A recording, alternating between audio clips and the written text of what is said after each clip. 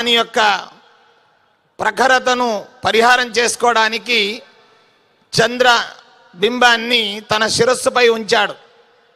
అలాంటి చంద్రుని నామాంకితులైనటువంటి మన ముఖ్యమంత్రి గారు మన తెలుగు రాష్ట్రం యొక్క విశేష అభివృద్ధి కోసం దీని యొక్క గరళాన్ని పరిహారం చేసి చల్లదనాన్ని ప్రసాదించడం కోసం ఆ శివుడు ఎలాగైతే తన శిరస్సు పైన చంద్రుని ఉంచారో మన తెలుగు ప్రజలు అభిమానంతో మన చంద్రబాబు నాయుడు గారిని ముఖ్యమంత్రిగా ఎన్నుకుని వారి ద్వారా మన తెలుగు రాష్ట్రానికి ఎంతో మేలు కలగాలి అనేటువంటి తపనతో సంకల్పంతో నిశ్చిత భావంతో ప్రజలందరూ కూడా ఆయన్ని ఆశీర్వదించారు. అలాంటి ముఖ్యమంత్రి గారు మన సనాతన హిందూ ధర్మానికి కట్టుబడి ఉండి హిందూ ధర్మ పరిరక్షకుడై విశేషంగా మన తెలుగు రాష్ట్రం యొక్క అభివృద్ధినే తన మంత్రంగా తన జీవితంగా మలుచుకున్నటువంటి మహోన్నత వ్యక్తిత్వం మన ముఖ్యమంత్రి గారిది.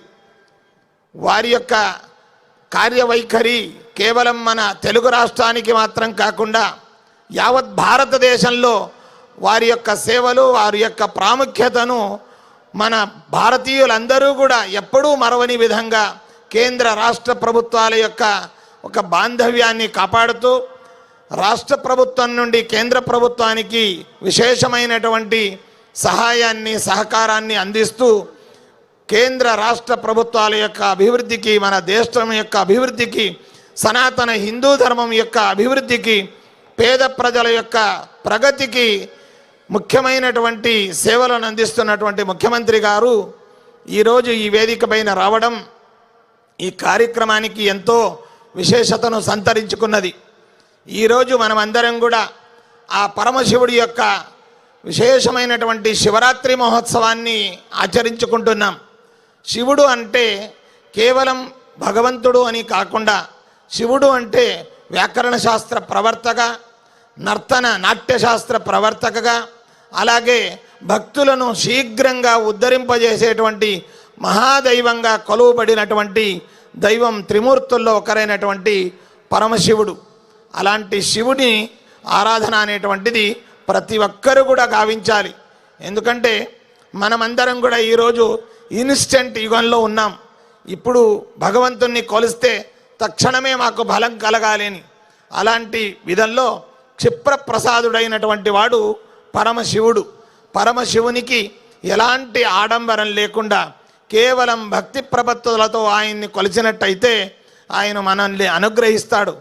ఎదుటివాడు ఎంతటివాడు నిజంగా ఆయన ఆరాధిస్తున్నాడా, ఏ లోకక్షేమం కోసం ఆయన నన్ను జపం చేస్తున్నాడు ధ్యానిస్తున్నాడు అనేటువంటి వివక్ష కూడా లేకుండా బోలాశంకరుడుగా పిలువబడేటువంటి ఆ పరమశివుడు లోకానికి సమస్త విధంగా క్షేమాన్ని సమకూర్చే దైవంగా త్రిమూర్తుల్లో ఒకడైనటువంటి ఆ శివుడు ఈరోజు అందరి చేత ఆరాధించబడుతున్నాడు.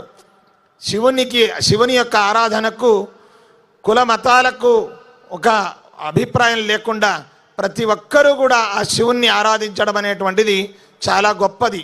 ఇప్పుడు వైష్ణవులు విష్ణువుని మాత్రం ఆరాధిస్తారు, అయితే ఇంకొకరిని మాత్రం ఆరాధిస్తారు. శైవ వైష్ణవ భేదం లేకుండా ప్రతి ఒక్కరూ ఆరాధించేటువంటి దైవం ఆ పరమశివుడు. అంతేకాకుండా ఒక ఊరు ఒక గ్రామం అంటే శివాలయం లేనటువంటి ఒక ఊరు మన భారతదేశంలో లేదు. అలాంటి గొప్ప దైవంగా పిలువబడేటువంటి మహాశివుణ్ణి ఉద్దేశించి ఆచరించేటువంటి ఒక ఆరాధన ఈ శివరాత్రి. ఈరోజు ఉపవాసం, జాగరణ, భగవన్నామ స్మరణ తదితర కార్యక్రమాలతో ఈ పరమ పవిత్రమైనటువంటి రోజును గడిపి ఆయన యొక్క అనుగ్రహాన్ని సంపాదించాలనేటువంటి ఉద్దేశంతో తెలుగు రాష్ట్రంలో ద్వాదశ లింగంలో రెండవ లింగంగా పిలువబడేటువంటి భ్రమరాంబ మల్లికార్జున స్వామి మన తెలుగు రాష్ట్రాల్లో ఉన్నాడు. అలాంటి ద్వాదశ లింగంలో ఒక లింగం మన తెలుగు రాష్ట్రంలో ఉన్నటువంటి లింగం అంటే మన తెలుగు రాష్ట్రం ఎంత పవిత్రమైనటువంటిది అనేటువంటిది మనం అందరం కూడా గర్వపడేటువంటి విషయం. అలాంటి శివారాధనను నిమిత్తం చేసుకుని శివోహం అనేటువంటి కార్యక్రమాన్ని ఈరోజు ఈ యొక్క రాజధాని నగరంలో జరపడం మహా టీవీ తరపున చాలా గొప్ప కార్యక్రమాన్ని ఏర్పరిచారు. మనమందరం కూడా సనాతన హిందూ ధర్మాన్ని పాటించేవారు. హిందూ ధర్మం అనేటువంటి చాలా గొప్పమైనటువంటి ధర్మం. విశ్వంలో దీనికి సరైనటువంటిది కానీ మిన్నదైనటువంటి కానీ మరొక్క ధర్మం లేదు. కనుక స్వధర్మే నిధనం శ్రేయ పరధర్మో భయావహ అన్నట్టుగా మన హిందూ ధర్మంలో ప్రతి ఒక్క హిందువులు కూడా తమ తమ ధర్మాన్ని ఆచరిస్తూ భగవంతుణ్ణి ఆరాధిస్తూ ఆయన యొక్క అనుగ్రహాన్ని సంపాదించాలి అనేటువంటి సందేశాన్ని ఈ యొక్క సభాముఖంగా తెలియపరుస్తున్నాం. ఈ వేదిక పైన ఎంతోమంది పీఠాధిపతులు ఉన్నారు, ధార్మిక ప్రవక్తలు ఉన్నారు, అలాగే ఎంతోమంది గణ్యులు ఉన్నారు. వారందరికీ కూడా అభినందనలను తెలుపుతూ మరొక్కసారి మనందరి ప్రియతమ నాయకులు, మన రాష్ట్రాన్ని మున్నడిపేటువంటి గొప్ప నాయకులు, కేవలం ప్రజాహితమే తన ఊపిరిగా ఉన్నటువంటి మహా వ్యక్తిత్వం కలిగినటువంటి ప్రియతమ ముఖ్యమంత్రి గారిని అన్ని విధాల భగవంతుడు ఆయుర ఆరోగ్యాలను వారికి ఇస్తూ వారి ద్వారా మన రాష్ట్రాన్ని అభివృద్ధి పరుస్తూ మనమందరం కూడా మా యొక్క తపస్సు పూజ మా ఆయుష్ దాన్ని కూడా కొంతగా ఆయనకు ధార పోసి ఆయన్ను గట్టిపరుస్తాం. మన రాష్ట్రాన్ని అభివృద్ధి చేసుకుందాం. ఇదివరకు ఉమ్మడి తెలుగు రాష్ట్రం అభివృద్ధి చెందినటువంటి రాజ్యంగా ఉండి అందులో మన ముఖ్యమంత్రి గారు వారి వంతుగా ఇప్పటికే చెప్పినట్టుగా హైటెక్ సిటీ, ఎలక్ట్రానిక్ సిటీ తదితర అభివృద్ధి చేశారు.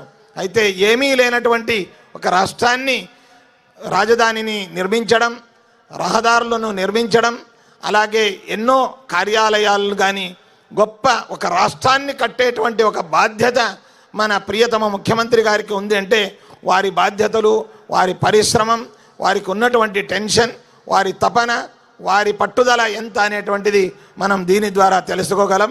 అలాంటి ముఖ్యమంత్రి గారిని మరొక్కసారి దీవిస్తూ వారిని మంత్రాలయ రాఘవేంద్ర స్వాముల వారి దర్శనార్థం రావాలి అని మనస్ఫూర్తిగా ఆ పీఠం తరపున ఆహ్వానిస్తున్నాం. అలాగే మహావంశీ గారిని ఈ కార్యక్రమాన్ని ఏర్పరిచినటువంటి గొప్ప ఆర్గనైజేషన్, యువకులు, ధర్మిష్ఠులు, ప్రజాహితాన్ని కోరేటువంటి వారు, ఎప్పుడూ సుప్రసన్నంగా ఉండేటువంటి వంశీ గారిని కూడా అభినందిస్తూ ఈ కార్యక్రమానికి ప్రత్యక్షంగా పరోక్షంగా సహకరించినటువంటి పేరున అందరినీ అభినందిస్తూ ఇక్కడ విచ్చేసినటువంటి భక్తులందరినీ కూడా మనసారా దీవిస్తూ మనమందరం కూడా ఆ పరమశివుణ్ణి ఆరాధిద్దాం, మన కష్టాలను పరిహారం చేసుకుందాం. అలాగే ఆయన యొక్క దివ్య దృష్టి, విద్య, అలాగే కళ అనేటువంటి ప్రతి ఒక్క దాన్ని ఆయన ఆశీస్సులతో పొందుదామని చెబుతూ మా యొక్క మాటలకు సెలవు చెబుతున్నాం. సర్వే జనాః సుఖినో భవంతు, సమస్త సన్మంగళాని భవంతు. ధన్యవాదాలు సార్. ఇప్పుడు శ్రీ శ్రీ శ్రీ రమ్యానంద భారతీ మాతాజీ శ్రీ శక్తి పీఠాధీశ్వరి వారిని మాట్లాడవలసిందిగా ప్రార్థిస్తున్నాము.